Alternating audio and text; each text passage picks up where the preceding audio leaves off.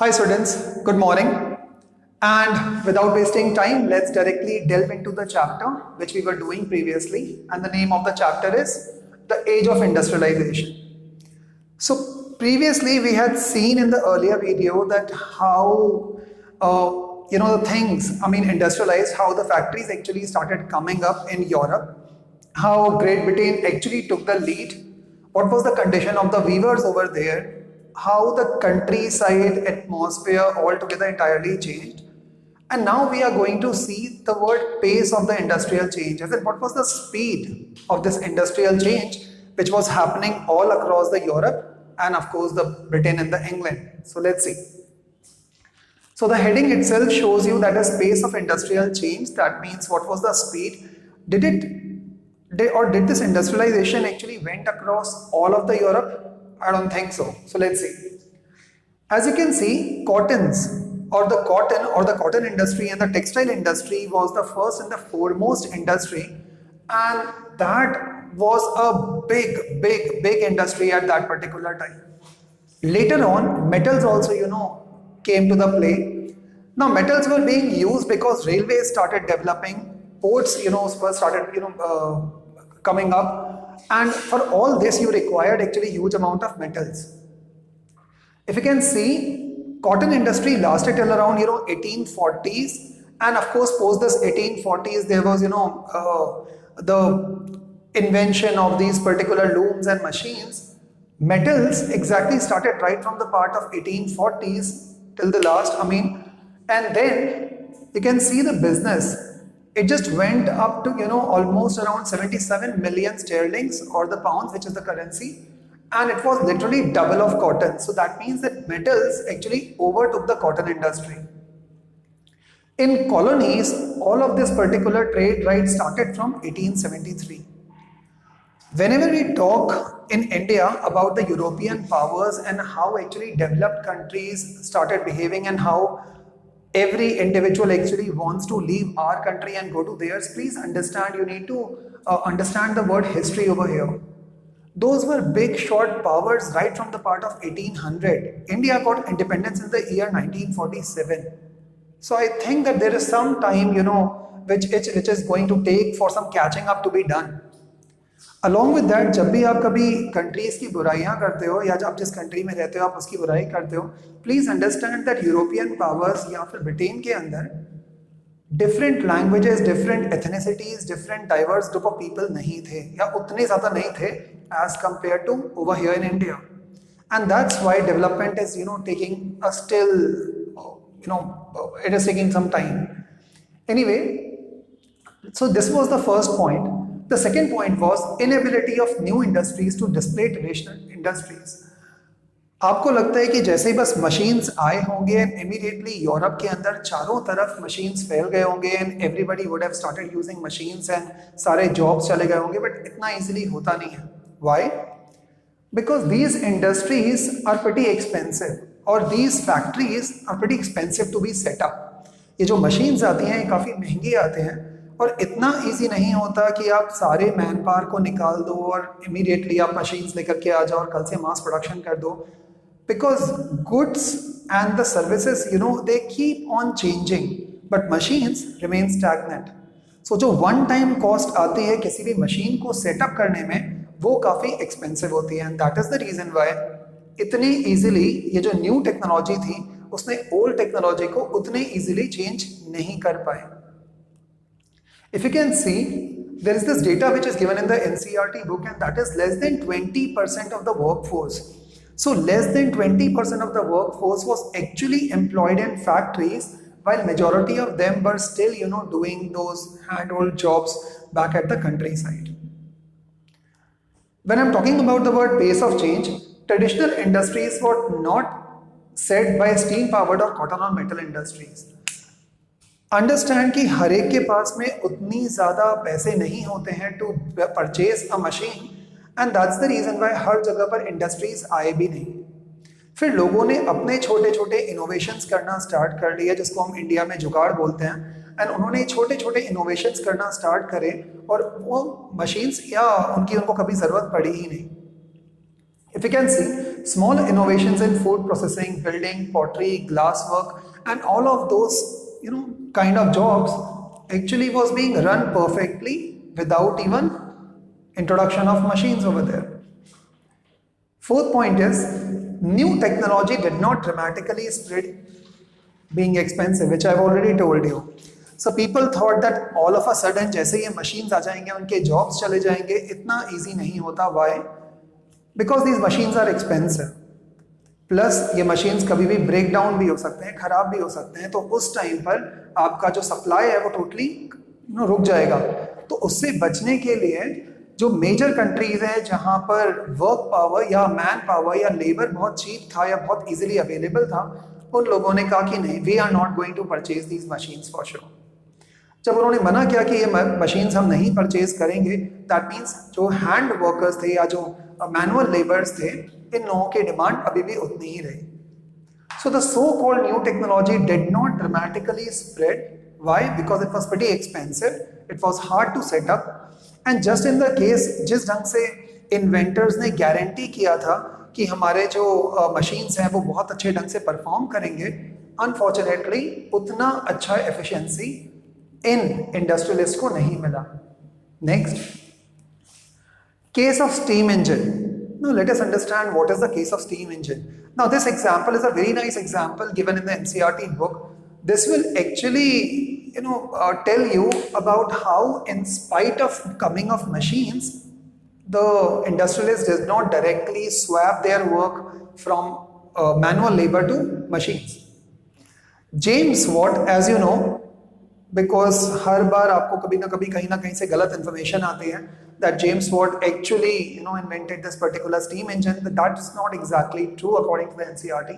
James Watt improved the steam engine. He only improved the steam engine and patented it.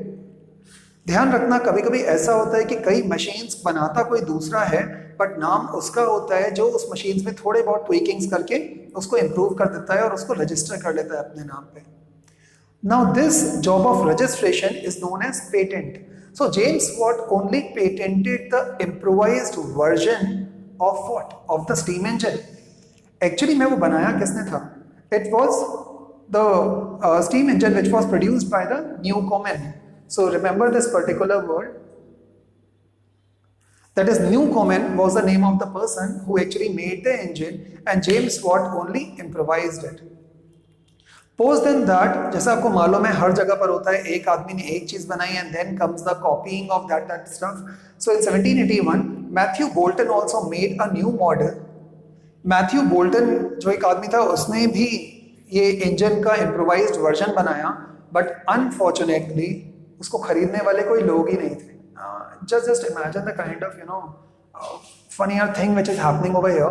एक inventor ने एक machine बनाई और उसको कोई खरीद ही नहीं रहे. मतलब this is funny, right?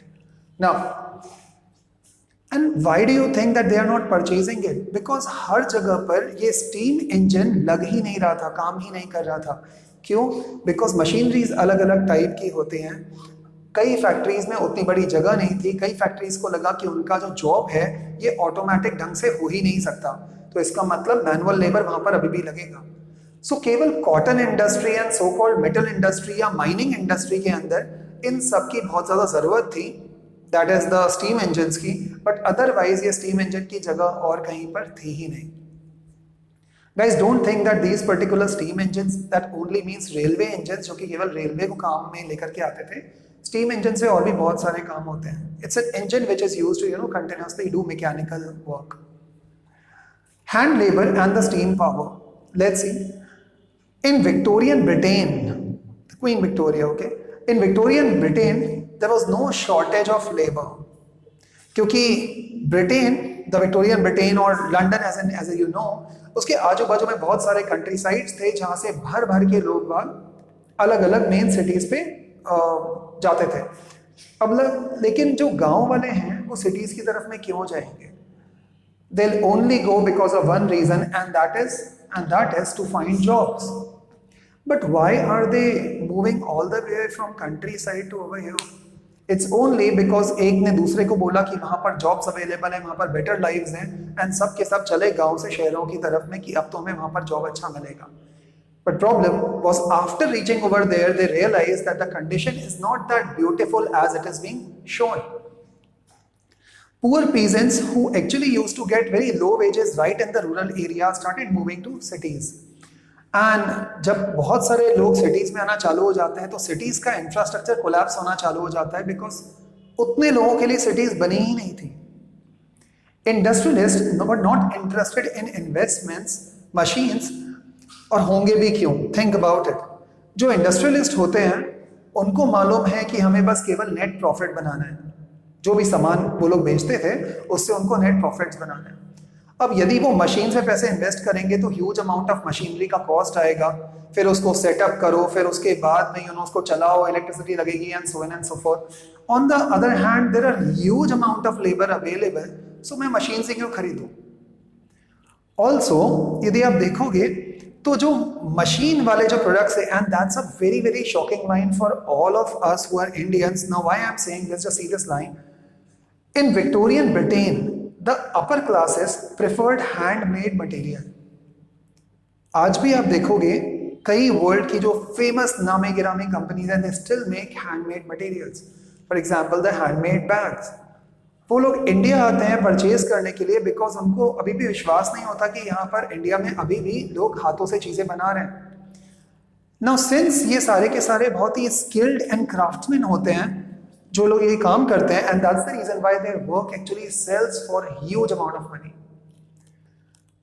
Victorian Britain के अंदर जो भी हैंडमेड मटेरियल था उसकी कॉस्ट बहुत ज्यादा थी. Why I am getting a side just to, if you want to take a snapshot so you can. So Victorian Britain के अंदर when these particular people used to love those material which was being handmade, shockingly जितना भी जो material था जो machine से बनता था वो कॉलोनीज के लिए था. कॉलोनीज मतलब जैसे अफ्रीकन कॉलोनीज हो गई, इंडिया जैसी कंट्रीज के लिए था. जो गरीब लोगों के लिए मशीन वाला मटेरियल था, बट जो हैंडमेड मटेरियल था वो केवल लंदन एंड ब्रिटेन के लिए था. यदि आप आज भी देखोगे इंडिया में we guys are just so skilled, but still we always run to these foreign countries to supply our own labor and our own man hours. यदि हम अपने ही कंट्री में अपने ही हाथ से हैंड स्किल्ड वर्क यदि प्रोड्यूस करना चालू करें, it will fetch a lot of money. The problem is we are being continuously being delusioned by the word that वहाँ पर jobs बहुत अच्छे हैं, so we keep on doing the brain drain and we keep on going over there. That's actually not good. Now let's see. So if you can see this word, machine-made material was only being exported to colonies. सबसे कमाल की बात है यहाँ पर Britain और the Britishers who were so impressive and so cunning, उनको मालूम था कि ये जो एशियन के अंदर जितनी भी हम लोगों ने जो कॉलोनीज बनाई हैं, जो अफ्रीकन साइड में कॉलोनीज बनाई हैं, यदि हम अपने यहाँ से ये सस्ता माल इनके यहाँ पर एक्सपोर्ट करें तो these idiots will purchase it thinking that this is an imported material. Now if you can see now, उनका सो कॉल्ड एक्सपोर्टेड मटेरियल जो कि चीप क्वालिटी का था या जिसकी वहां पर उतनी डिमांड नहीं थी, वो लोग वहां से उसको एक्सपोर्ट करते थे और हम इंडियंस उसको इंपोर्ट करते थे thinking that it's an imported material from over there.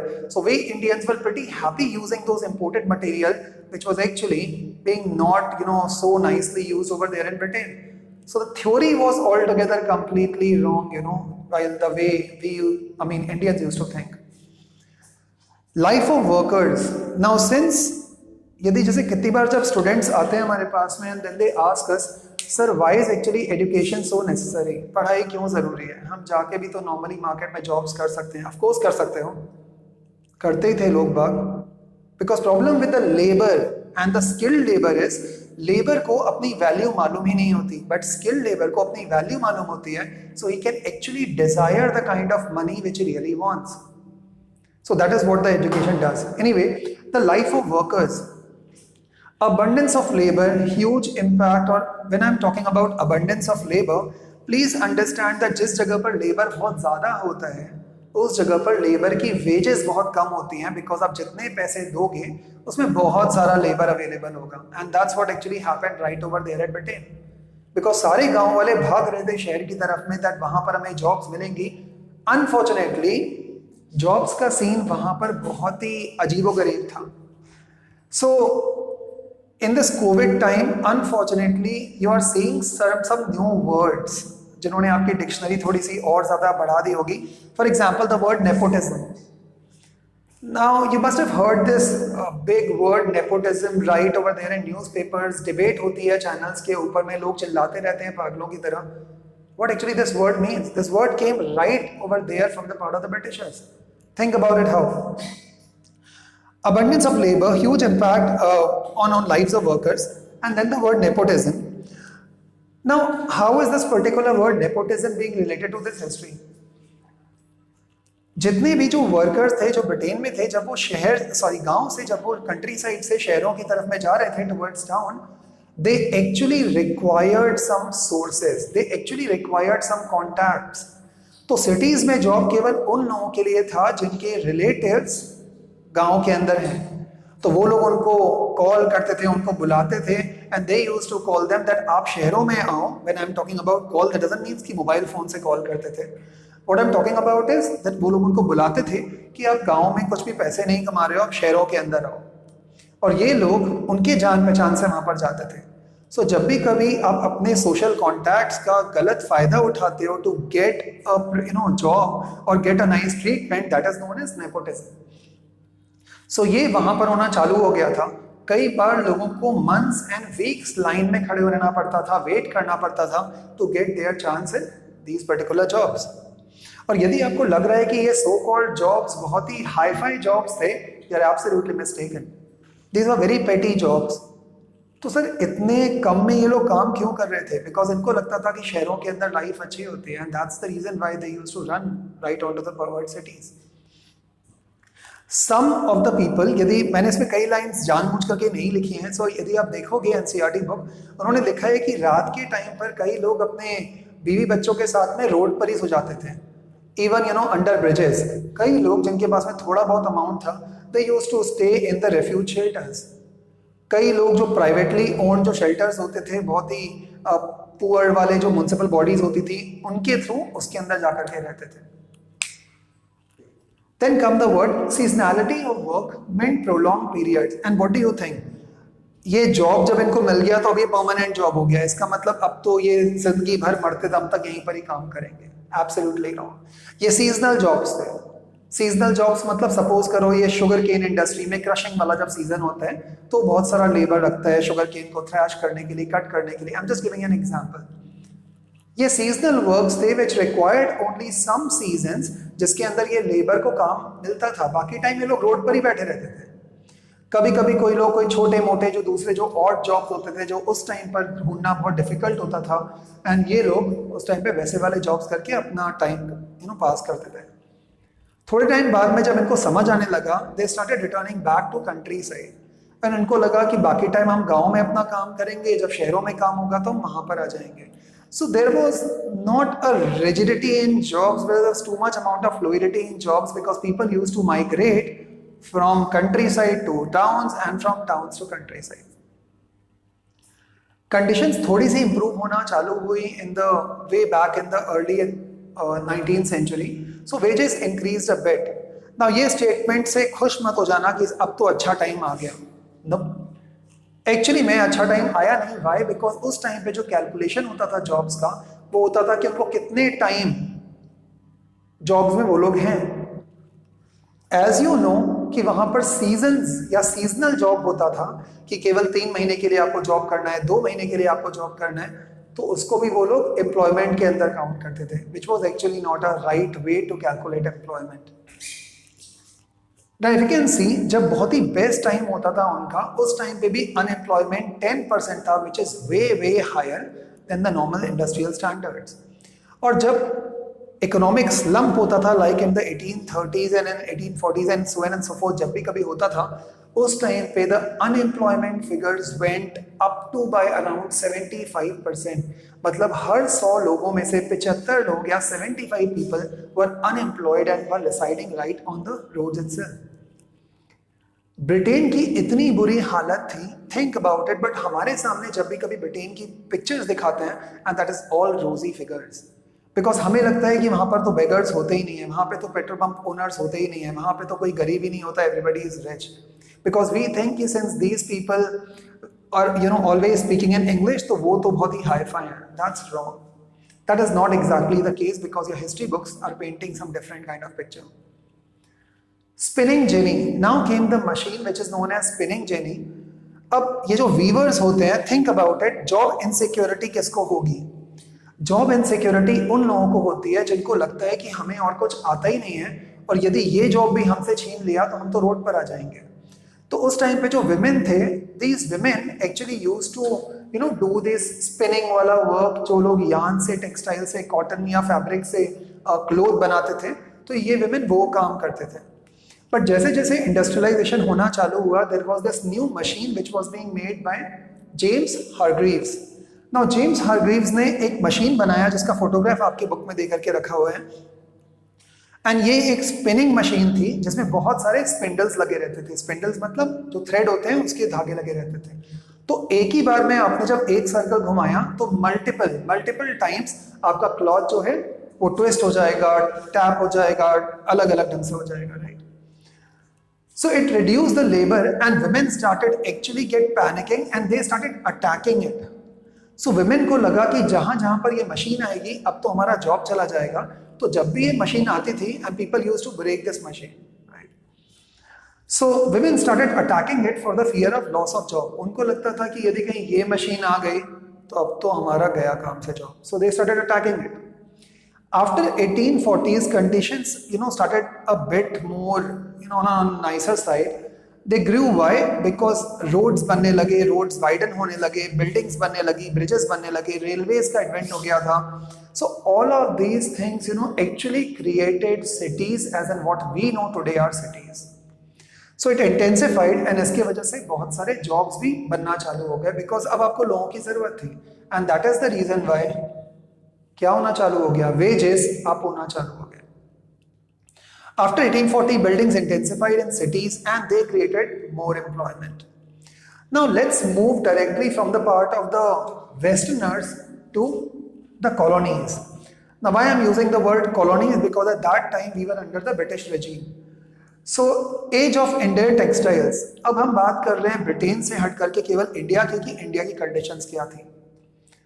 जब आप ये पूरा पैराग्राफ पढ़ोगे तो you would be very proud about India during that time rather than this, and you would think that how fool were we to actually trust all these guys who gave us lucrative offers, और उन्होंने हमें कुछ दिया ही नहीं उसके बदले. So the first line itself says finer varieties of cotton came from India. India आज भी बहुत अच्छी क्वालिटी का कॉटन एक्सपोर्ट करने के नाम से जाना जाता है. उस टाइम पर भी जो कोर्सर वेराइटीज होती थी कॉटन की वो अलग अलग जगह से आती थी, बट इंडिया का कॉटन बहुत फाइन वेराइटी का था. तो उससे हमें क्या था, तो था. But if you can see cottons and metals were two main basic industries जिसके ऊपर में ये सो कॉल्ड पूरा का पूरा एज ऑफ इंडस्ट्रियलाइजेशन आपका चैप्टर बेस्ड है. सो इंडिया इसका मतलब तो बिल्कुल गोल्ड माइन हो गया हर एक के लिए, क्योंकि इंडिया से finest varieties of cotton export होता था.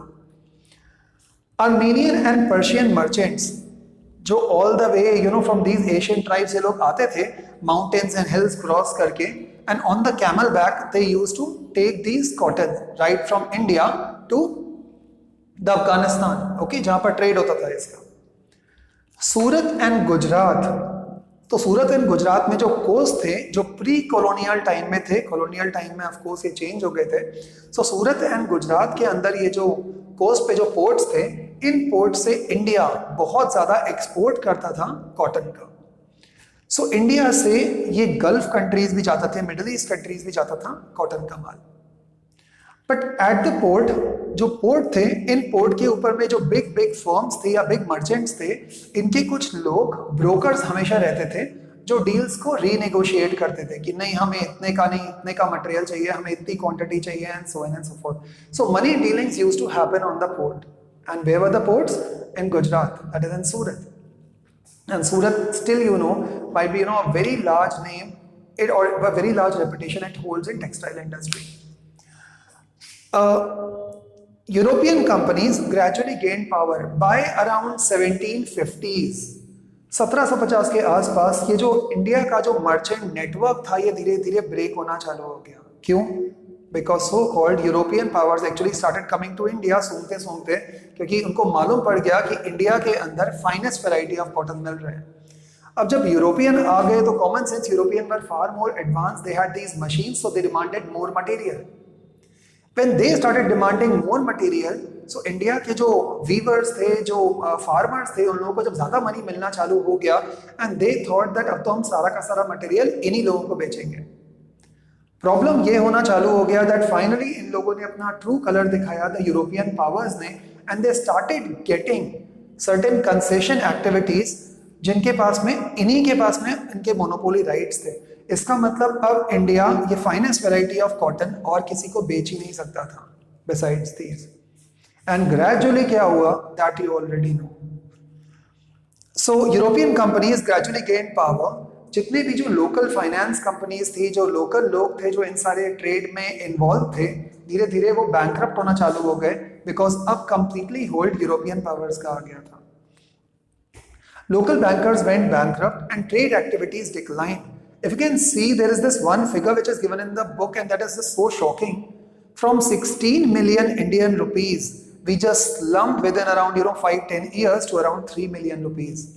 So जो so called आपके जो ports थे जहाँ से आप गल्फ कंट्रीज के अंदर अपना मटेरियल भेजते थे, अफगानिस्तान भेजते थे, धीरे धीरे सूरत का नाम ही खत्म होना चालू हो गया in the port. Okay, so port से अब मटेरियल जाता ही नहीं था, बिकॉज अब सारे के सारे मटेरियल कहाँ जाते थे?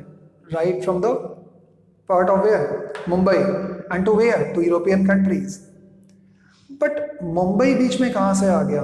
प्लीज अंडरस्टैंड दैट यदि आप इंडिया का मैप देखोगे तो इट मेक्स सेंस दैट हम यदि वेस्टर्न कोस्ट से all the way European powers को मटेरियल भेजना चालू करें, and that's what exactly happened. So Surat and Hooghly, जो कि दो मेजर पोर्ट्स थे, they decayed, they got now in the shambles, while Bombay, which is now currently known as Mumbai, and Calcutta actually grew. So if you can see from all of this entire para, क्या Europeans ने आकर के हमें annex किया था, या Portuguese ने, या ब्रिटेन ने, या ऑल ऑफ दीज पावर्स ने आकर के हमें स्लेव्स बनाया था, या what do you think? I mean हम अपने वजह से ही स्लेव्स बन गए? So do, by the way, comment if you feel like. So thank you so much for being with me. This is all for today. We'll be continuing with the same lecture tomorrow, and hopefully I think this would require 2 more lectures of around 30 minutes, and we would be done with this chapter. Love you guys so much. Take care. Chill. Bye.